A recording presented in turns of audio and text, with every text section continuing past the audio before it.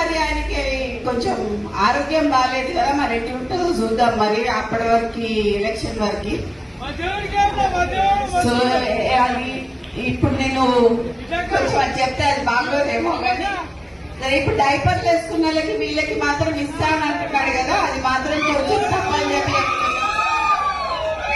ఆయన ఇప్పటికే నడవలేకపోతున్నాడు, తిరగలేకపోతున్నాడు. ఈయన మరి వృద్ధునికి 80 ఏళ్ళు వచ్చినానికి ఇస్తా అని చెప్పి అంటుంటే హాస్యాస్పదంగా అనిపించి మరి ఈ రోజు రావడం జరిగింది. ఈ రోజు ఈ తమ్ముందు ఒక 200 కోట్లది ఒకటే చెప్పిన, ఒకవేళ ఎవరైనా నాకు కౌంటర్ ఇచ్చిందనుకోండి మిగతా కూడా బయటికి తీయాల్సి వస్తుంది. సో ఎవరు కౌంటర్ ఇచ్చినా బయటికి తీసి సీతా దయాకర్ గారికి కూడా పదవి ఇచ్చినావు నువ్వు. సీతా దయాకర్ గారు ఏం చేసిందయ్యా పార్టీకి?